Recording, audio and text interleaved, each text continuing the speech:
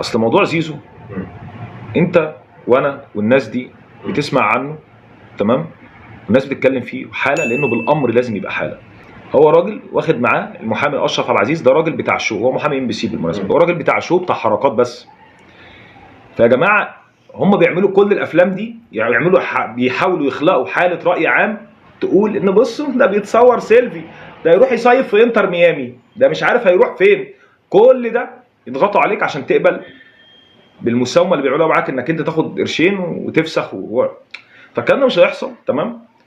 وان انا واثق جدا في الراجل اللي اسمه كمال شعيب اللي معانا، لكن متاكد تمام التاكد ان الراجل اللي اسمه اشرف عبد العزيز ده فعلا عمره وتاكدوا من كده، عمره ما هيكون في يوم من الايام محامي كبير. هو محامي معروف مشهور زيه زي 100,000 محامي معروفين بشكل معين، هو معروف ان هو محامي بتاع حركات وشو ولقطه. فاللي يعمل كده ويدخل يتصور وبيحاول يعمل حاله راي عام يقول لك فيها ان انا موقفي قوي، وان انا بصوا ده بيقول ان انا مش عارف، ما كل الكلام ده فوقش. انت قعدت 26 يوم ما تجيش النادي، ولما جيت ما حصلش حاجه، اتمرنت عادي ما عملكش. فده اكبر دليل ان كل الظروف اللي انت قلتها وكل المبررات اللي انت قلتها في الاول دي اونطه. ده اللي ليا فكره بقى انك تحاول تظهر للراي العام، فده شغل الجان وشغل المحامي بتاعه اللي هو بتاع الكلمتين ومش عارف ايه والكلام ده. فانا شايف ان الموضوع ده ليه ما هو اللي خرج فتوح. انا عايزك تشوف المحاكمه بتاعت فتوح وتشوف هو قال ايه في المحاكمه عشان تعرف ان هو محامي قد كده. موضوع فتوح بيه بغيره كان هيخلص، قتل خطأ على الطريق العام. يعني ده حازم صاحبنا يجي يخرجه، حازم محمد وربنا يخرجه. حصل تصالح كمان ودفع فلوس. ايه اللي عمله يا جدعان بقى؟ ما تعملوش للخرا سعر، بالله عليكم ما تعملوا للخرا سعر.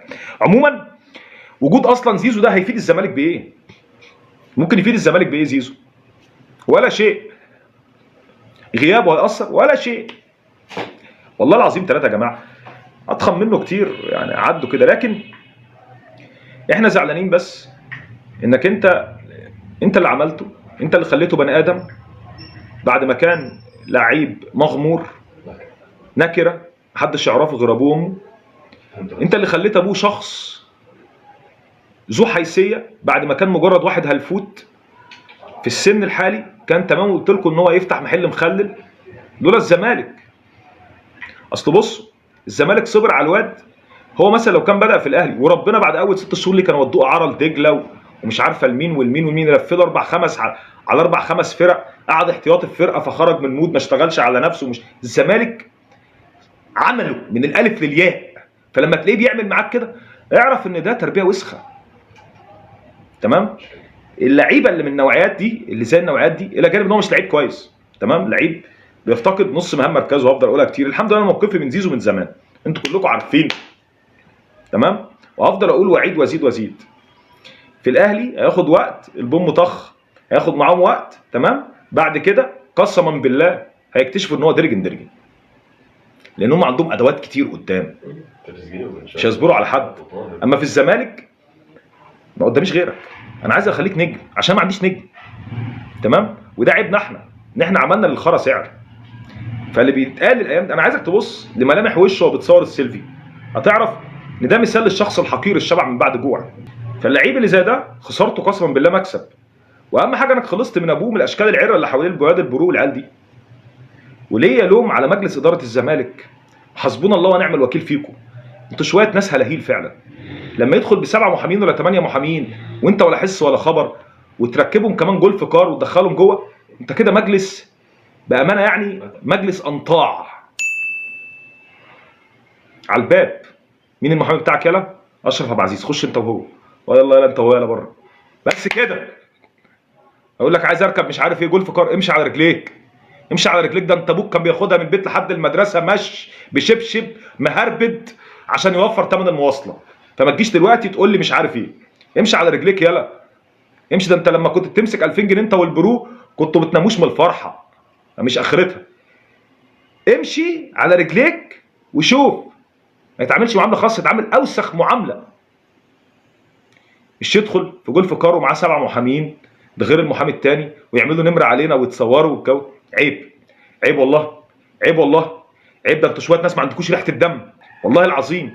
ما في راجل في المجلس ده، ما في واحد زملكاوي بقلب يحس بالناس يا جدعان. ده عيل بيطلع لك لسانه، وعيل هلفوت نكره حساله زي ده، فانت لازم تديله على قفاه وقفه اللي جابه، مش تقول له ادخل مين ده؟ انتوا عبطوا ولا ايه؟ وازاي يدخل؟ ازاي يدخل اصلا؟ يدخل لي بسبعه يا عالم رمم.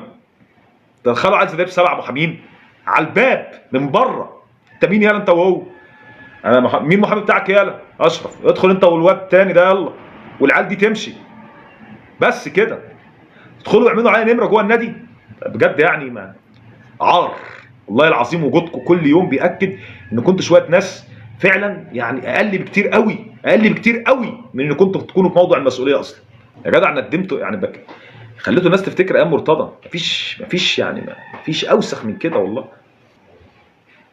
ان موقف الزمالك في قضيه بيزو قوي هو اللي خلاه قوي يعني. تصرفاته هو المحامي بتاعه هو اللي خلى موقف الزمالك قوي بالمناسبه يعني. ايه رايك في زلمه وزيكو والتوني؟ ايه يا عم زلاكا قصدك؟ زلاكا وزيكو والتوني والبنوبي. بص، اي لعيب في الدوري المصري يمتلك الجنسيه المصريه بيعرف يباصي وبيعرف يعمل البديهي في كره القدم وعدى من قدام بوابه النادي، فممكن عادي جدا يلعب في الزمالك الايام دي. لانك انت عندك فعلا مشكله خلت ان مثلا الراجل ايمن الرمادي ده، انا عجبني فيه حاجه واحده، ان هو لعب كل لعيبه الكره في الملعب. لان فعلا هي دي المشكله اللي بتواجه الزمالك. فاي لعيب كره كويس بيعرف يعمل المنطقي والبديهي هيبقى مناسب للزمالك في الوقت الحالي. مناسب كايه بقى؟ كحل على الدكه، كعمق للسكواد. لكن هفضل اقول ان ال11 لعيب اللي في الملعب على الاقل خالص 6 سوبر، 6 يكونوا سوبر في ال11 و5 سنيده. طبعا ال6 السوبر لازم يكون عندك حارس مرمى سوبر، ومدافع سوبر، وباك من الباكين سوبر، واللي قدام ولعيب في الدايره سوبر، وعلى الاقل خالص 2 قدام يكونوا جامدين من ال3 اللي قدام، وبعد كده سنيده الدنيا تمشي. انا مش عايز 11 نجم يعني، مش هقدر اعمل كده كمان.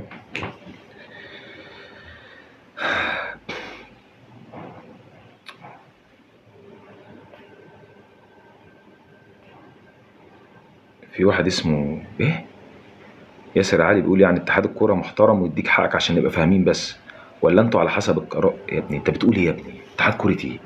انت مبرشم يالا، انت مبرشم يالا، وانا بقول يالا وانت بتقول يالا. بقول لك يالا شكلك عبيط فاهمني؟ اتكتم واسكت تتفرج عليا وانت ساكت عشان عبطك ده ما ينتشرش وتظهره للناس. العبيط يتفرج وهو ساكت عشان مش طالبه هطل. ده داخل قام من النوم ماسك البتاع. انت حمار يالا، وانا بتكلم فيه وانت بتتكلم فيها يا جاموسه. ده ايه ده؟ اتحاد كوره ودخلني مش عارف على كوره واحد. انت بتقول ايه يالا؟ انت مبرشم؟ اتفرج بقى وانت ساكت. رد فعلك ايه لما تشوف فيديو مش ممكن ما اتفرجش عليه اصلا؟ لان الموضوع كله هيبقى كيد نسا. تمام؟ فيديو مين؟ كيد نسا. فانت خد قدمه، خد اعمل. انا مستني المشهد بتاع بعد ماتشين 3 4 مع اول هزيمه، مع اول حاجه هتحصل، وانتوا بتشتموه بتقولوا نزل فلان ونزل علان، وما تستبعدش قسما بالله العظيم والايام بيننا ويحيينا ويحييك ربنا ان لو حسين الشحات مثلا الاهلي قرر يبيعه واداه اي نادي، تمام؟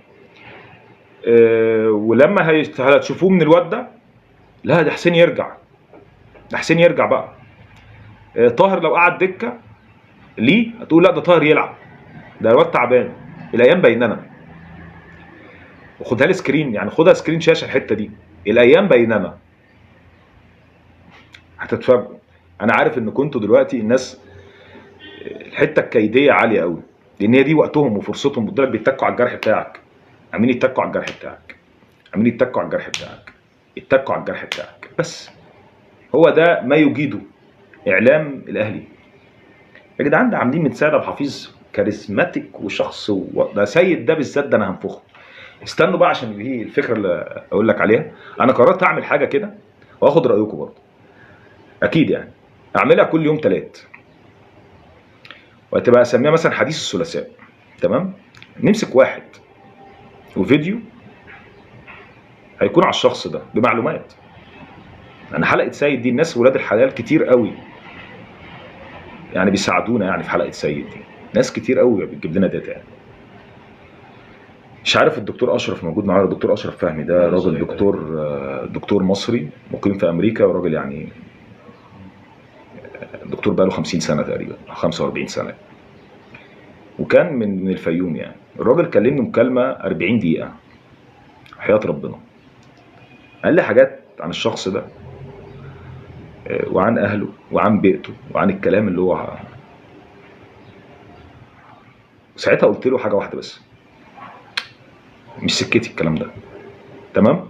فقلت له لا، مش هطلع اشوح حد. لكن الصراحه باصراره وتماديه ان هو يظهر الواد المشطشط البوم طخ، لا يبقى احنا بقى نقعد بقى ونشوف بقى انت مين يا سيد، انت عايز ايه، انت عندك ايه اصلا يخليك تظهر كده غير حاجه واحده بس. هي حاجه واحده بس اللي مخليك تظهر كده، انك انت بتشتغل على فئه معينه، الفئه المعينه دي شايفاك جبار وواو، تمام؟ فالفئه دي لازم نظهرها للناس ونعرف الناس مين الشخص ده ومين الفئه اللي بتتابعه وعاملاه نجم، وهو ابعد ما يكون عن كده. فاحنا سيد باذن الله اول حلقه من حلقات حديث الثلاثاء ده هي عن سيد عبد الحفيظ وبالورقه والقلم، تمام؟ ونشوف بقى المعلم سيد ازاي بقى مره واحده كده بدون اي مقومات، بدون اي امكانيات، اصلا ما عندوش اي حاجه سيد، وهو شخص ذكي ولا هو شخص مثلا عنده حضور وكاريزما وكلام من ده، لا، شخص بيتشبه بالنساء وما يعرفش حاجه غير الكيد. ولما كان مدير كوره ما كانش مدير كوره عنده شخصيه، ولا مدير كوره مثلا راجل لوائحي وعمل لائحه مهمه ويطبق تمام وفرض شخصيته على اوضه خلع اللبس، لا، كل امكانياته كانت ان هو بيقف على الخط يقعد يهدد الحكام ويشتمهم بس كده. لا هو مثلا ثابت البطل، ولا هو طارق سليم رحمه الله عليه، ولا هو الناس دي كلها، هو ما يجيش رباط جزمه اقل واحد فيهم، تمام؟ ده شخص استغل الحاله العامه اللي موجوده وتوسع السوشيال ميديا بالشكل ده، جعلت منه حد مهم وهو ما يستاهلش الكلام ده كله. فاحنا لازم الصراحه حلقه سيد انا بجمعها بالشكل اللي يخليني بقى ايه، لاول مره في انا عمري ما مسكت ورقه وقلم. الراجل ده بيفتح اللايف بيقول لي يلا لايف تعمل فيديو، ماشي نعمل فيديو عن ايه ما اعرفش والله، هنستنى افتح النت اشوف بيتكلموا في ايه. وحياه ربنا يا جدعان انا عمري ما مسكت ورقه وقلم في الكلام ده. فانا يا سيد همسك لك الورقه والقلم ده احطه لك انت عارف فين، نهارك ازرق نهارك ازرق. اسامه بيقول لك عفيفي ده حافظ مش فاهم بيردد وخلاص. سلام يا يوسف، سلام يا يوسف عليك يا يوسف. ده انت يا يوسف لما بتتكلم مع حبه عيال صغيره بيسيبوك ويمشوا. فتخيل لما تبقى يعني اللي زيك يقول رايه ويقول مثلا ويظهر بان هو انا صاحب راي وعندي راي وشايف ان عفيفي نكره، تمام؟ عفيفي نكره اللي كان مدير تقني في مجموعه بتدير 4 أندية او 5 أندية اسمها مش فاكر الكابيتال ولا حاجه، اورل الكابيتال حاجه كده يعني، تمام؟ وكان مدير تقني نادي شيفيلد يونايتد، وحاليا عضو مجلس اداره في نادي بيرشوت بلجيكي، الى جانب ان هو مهندس، تمام؟ وراجل على علم بيرد الكلام وخلاص. وسيد اللي احنا ما نعرفش هو اصلا مؤهله ايه، وقال ان انا كنت عايش مع الحمير وتعبان نفسيا قبل كده، ولا شكل ولا منظر ولا هيئه ولا اي حاجه خالص، ولا تعليم ولا حضور ولا لباقه، هو اللي بيعرف، هو بيعمل كل حاجه في نظرك يا يوسف. يا يوسف في نظرك انت يا يوسف، انك انت يا يوسف حته حمار، حته حمار. بالعكس انا لو قلت عليك حمار وفي حمار معدي هيقول لي عيب، والله هيقول لي عيب.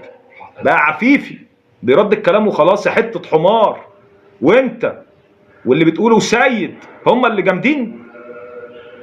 انا مش عايز اقول عليك افاق لانك ما تعرفش يعني ايه افاق، انت حته حمار لازم تعرف كده، انت عيل حمار او عيل، وانا عارف انا بقول ايه. يلا يا يوسف افرط يا يوسف، يلا يا يوسف افرط يا يوسف، مش طالبه اللي زيك يا يوسف، احنا تعبانين نفسيا، تعبانين نفسيا وانا مش عايز، انا مش عايزين نطلع الناس بقى عشان ايه، تحذير من انتهاك، ما عملتش حاجه. وجهه نظر مين يا يوسف؟ انت عندك وجهه نظر يا يوسف؟ انت عارف يعني ايه وجهه نظر اصلا؟ انت هتعمل لي فيها بقى الافلاطون؟ انت عارف يعني ايه وجهه نظر يا يوسف؟